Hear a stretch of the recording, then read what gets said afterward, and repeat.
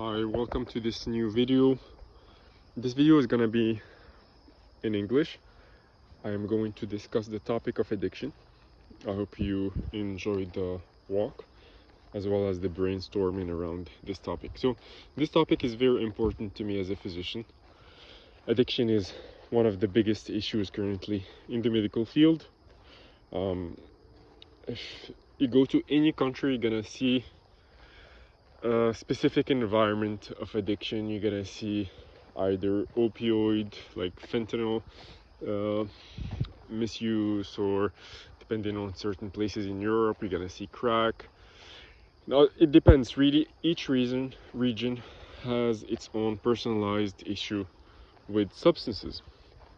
So in this video I just want to brainstorm in general about my understanding, my personal opinions, and my understanding about this this disease, and maybe even think about like future outlooks and how things will move forward, and perhaps even how we could benefit from this global issue. So first of all, what is addiction? For me, addiction is basically the hijacking of the natural cyclical system of human behavior. You're hungry, then that hunger gets you in a certain state. That state gives you the energy and the need to act and seek a certain behavior, such as getting food or work or whatever. So this is a natural, completely healthy system.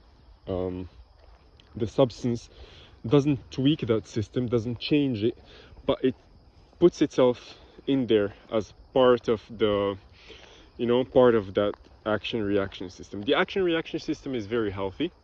However, the substance in itself carries the potential to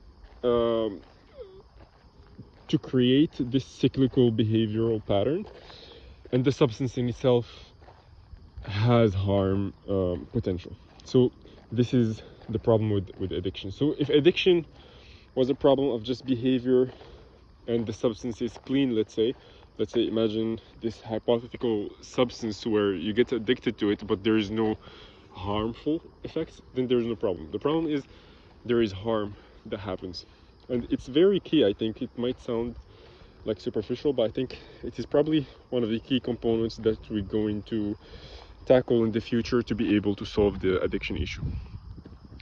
So from a biological perspective, for me it seems like addiction stems from evolution.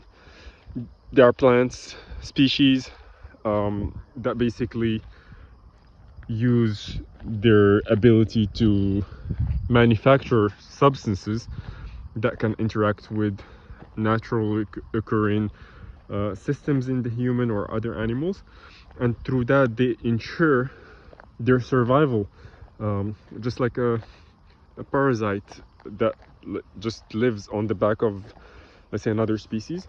The same thing for plants. So in reality it is a kind of primitive warfare, interspecies warfare, where there is this toxin that is given to you. This toxin has a perceived positive effect. That perceived positive effect gives the energy that is necessary to start the cyclical behavior pattern, and then at the end of the day there is a destructive also component to the substance. So this is the way I perceive it. This is the way it has started in the past, and obviously we have proof of that in archaeology when you look at things like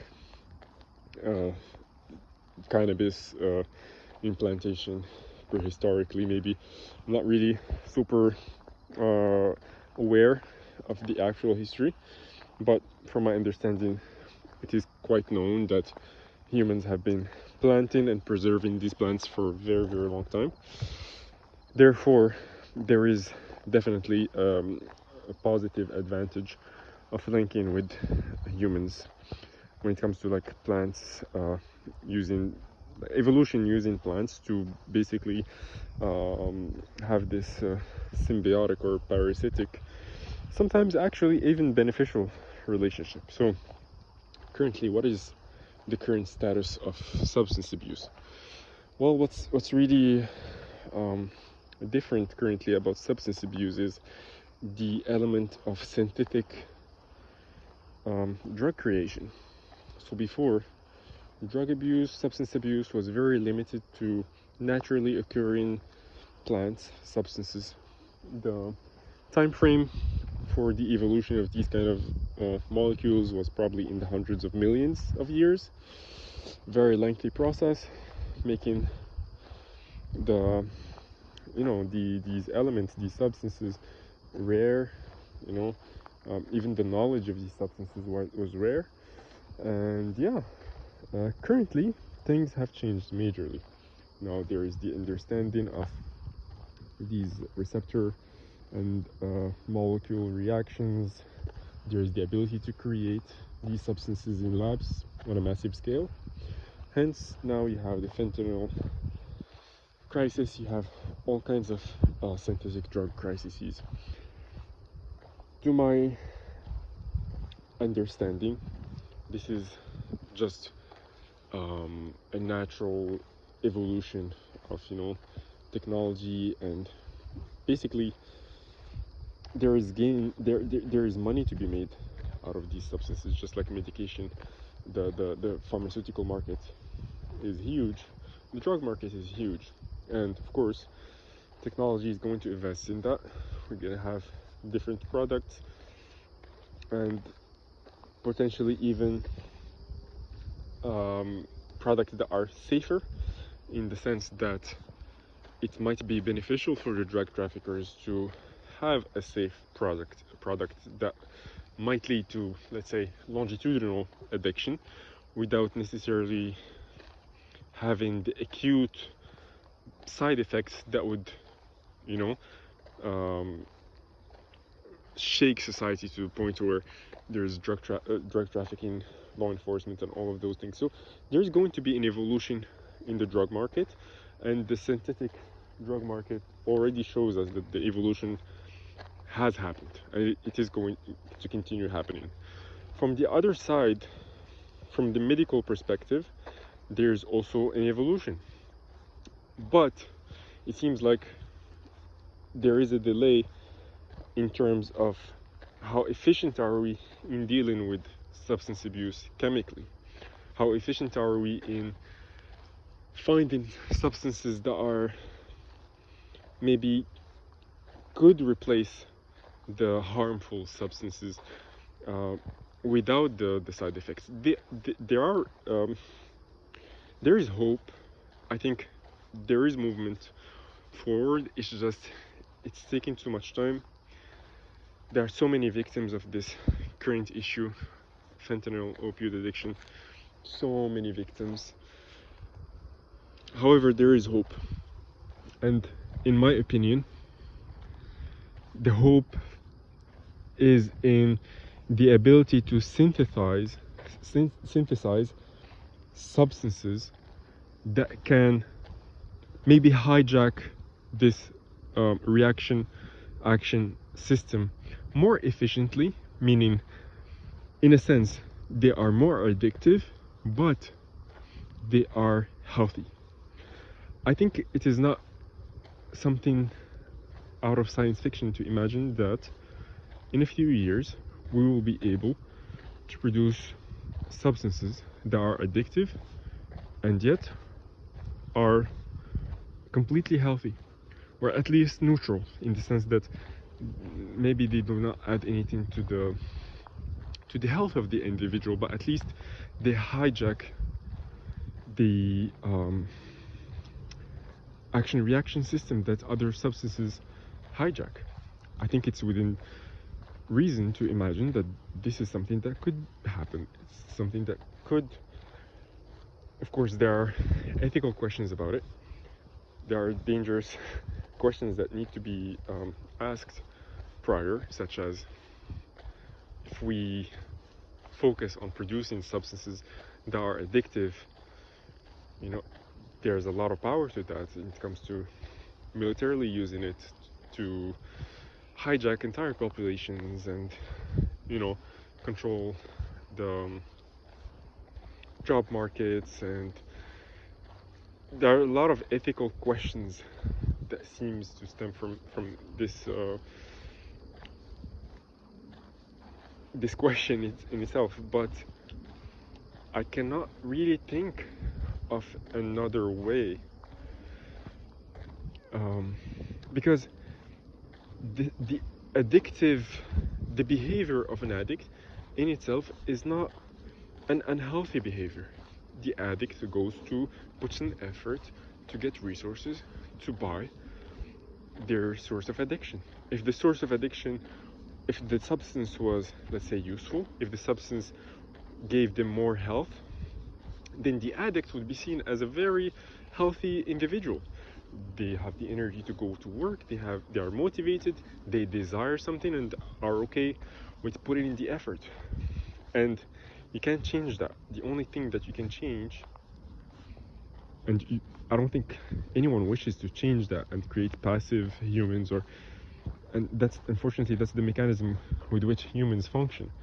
So the only thing that I can perceive is, one, either completely somehow controlling the markets somehow, which does not seem possible to me, especially in the age of synthetic drug production.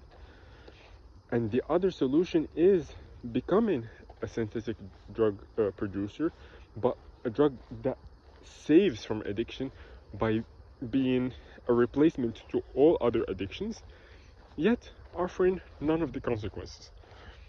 So imagine a cheap substance that would satisfy all your needs, and maybe you don't even need to purchase it with money. Maybe it could be given you by the state or whatever, depending of, let's say, if you're clean, if you don't take any other substances, you can have this substance.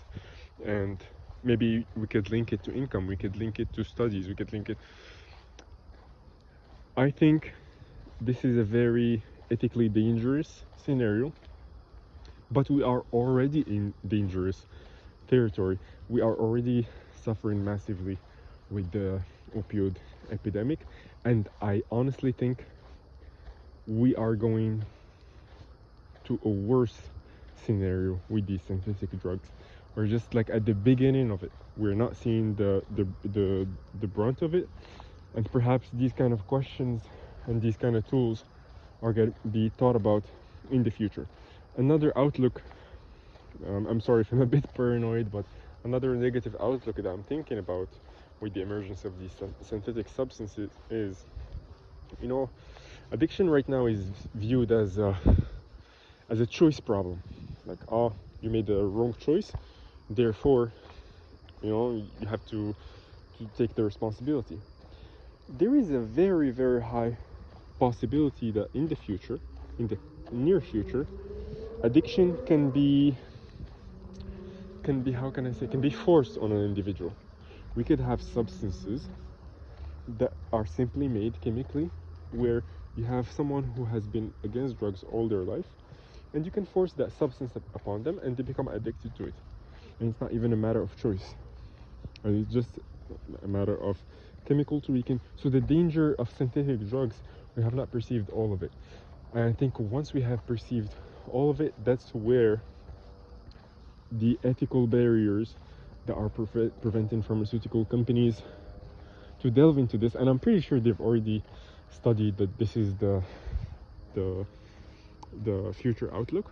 It's already being done in certain addiction diseases, such as, you know, the methadone treatment and all of that. You're just replacing one substance with another. So the movement has already started, in a sense, ethically. Now the thing is, you think moving forward, and I'm not trying to be pessimist, but I think moving forward we're gonna see a worsening phenomenon. Substances that are more addictive, that don't even require your choice. You can just walk into a bar and come out addicted to a substance, just because someone touched you with that substance or whatever. And then the treatments, you know, they'll have to be we'll have to disregard all these ethical questions and just find a solution. And perhaps this is a solution that will bring a lot of positive things to humanity on a philosophical and more like a free thought kind of opinion. Anyways, I hope that you guys enjoyed my ramble, and yeah, please feel free to like and look at my other natural walk videos, although they're not really in English. All right, take care.